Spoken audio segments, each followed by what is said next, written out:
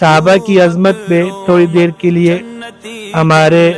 ساتھی برادر مکرم حضرت مولانا خالد صاحب ان سے میں ملتمس ہوں وہ مختصر سی بات کریں، پھر انشاءاللہ کثیرا طیبا مبارکا فی۔ اعوذ باللہ السمیع العلیم من الشیطان الرجیم، بسم اللہ الرحمن الرحیم۔ ہر صحابی نبی محمد الرسول اللہ والذین معہ اشداء علی الکفار رحماء بینہم۔ اللہ تعالیٰ کے خاص فضل و کرم سے آج ہم 23 جنوری کو یہاں پر جمع ہیں مفتی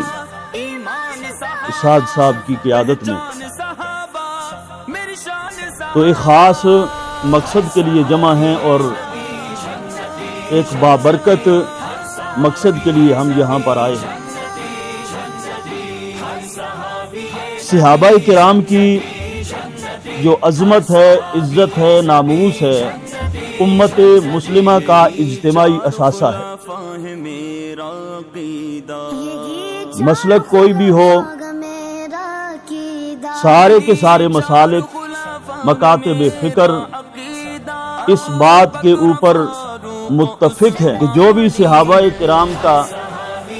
گستاخ ہوگا وہ دائرہ اسلام سے خارج ہے،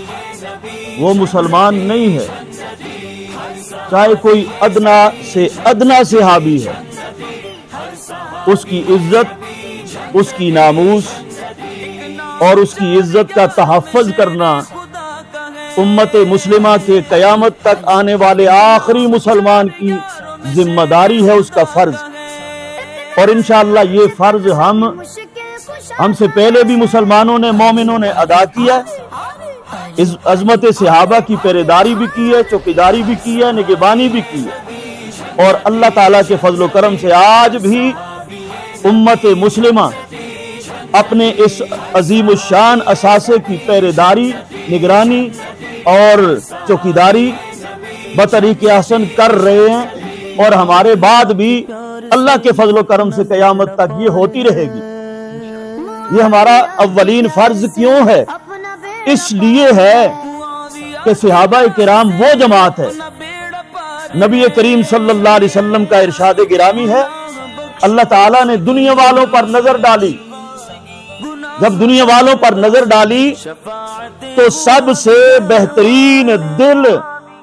جو اللہ پاک نے دیکھا وہ محمد الرسول اللہ کا تھا، اور اس پاکیزہ دل کو اللہ پاک نے محبت وحی بنایا، قرآن مجید کا ٹھکانہ بنایا۔ محمد الرسول اللہ صلی اللہ علیہ وسلم کے سینے کو اللہ پاک نے قرآن کا ٹھکانہ بنایا ہے، قرآن سینے پہ اترا ہے، اور اسی لیے آج سینے کے اندر قرآن محفوظ ہو رہا ہے۔ چھوٹے چھوٹے بچے اس کو اپنے سینوں کے اندر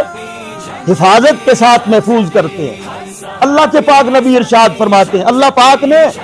دوبارہ پھر دنیا پر نظر ڈالی، اور جو دل اللہ پاک کو پسند آئے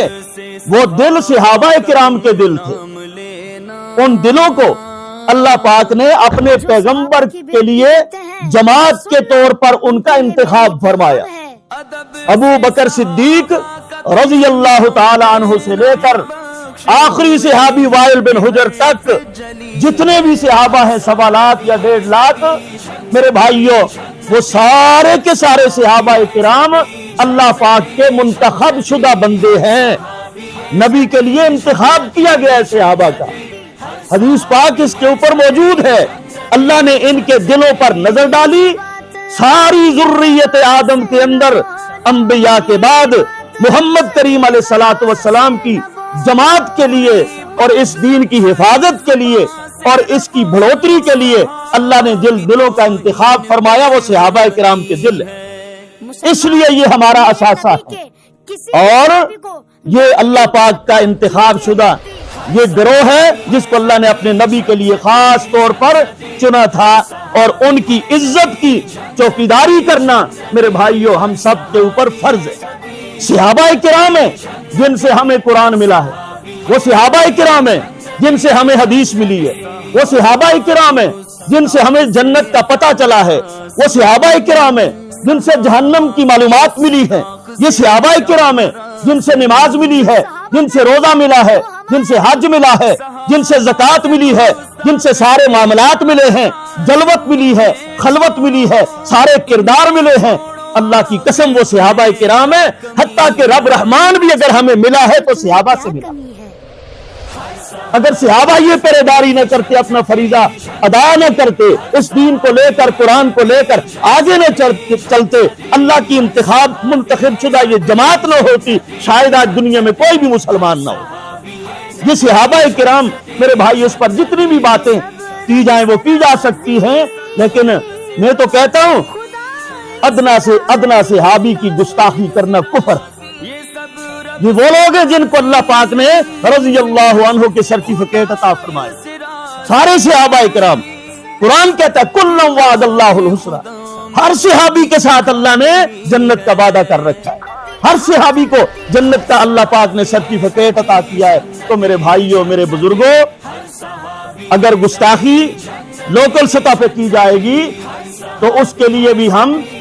کٹ مرنے کے لیے تیار ہیں، چوکیداری کی جائے گی انشاءاللہ۔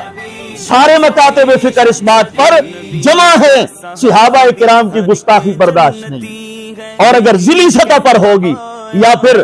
ڈویژنل سطح پر ہوگی، صوبائی سطح پر ہوگی، ملکی سطح پر ہوگی یا پھر دنیا کی سطح پر ہوگی، اللہ کی قسم ہم کیا کوئی بھی مسلمان